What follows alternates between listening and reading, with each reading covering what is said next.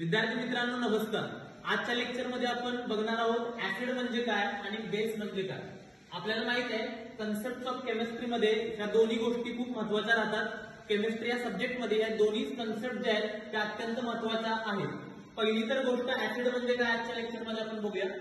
Acid म्हणजे काय तर अशा प्रकारचा पदार्थ जो पदार्थ पाण्यामध्ये डिझॉल्व केल्यानंतर H+ आयनांची निर्मिती करतो त्याला आपण ऍसिड असं म्हणतो। Acid is a substance which gives H+ ion when dissolved in water is called as acid। म्हणजे अशा प्रकारचा पदार्थ जो पाण्यामध्ये टाकल्यानंतर H+ आयनांची निर्मिती करतो त्याला आपण ऍसिड म्हणतो। फॉर एक्झाम्पल मी तुम्हाला इथं एक रिएक्शन देत आहे।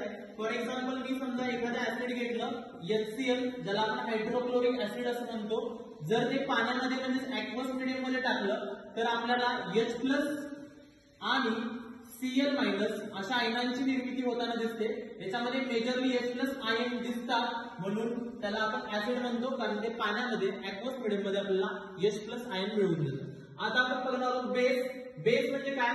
Base is a substance which gives OH- ion when dissolved in water is called as a base। मग बेस मध्ये जर आपण एक्झाम्पल घेतलं NaOH चं तर NaOH ला आपण ऍक्वस मीडियम मध्ये म्हणजे पाण्याच्या मीडियम मध्ये टाकलं तर मला दोन आयन्स मिळणार आहेत Na+ आणि दुसरा OH-।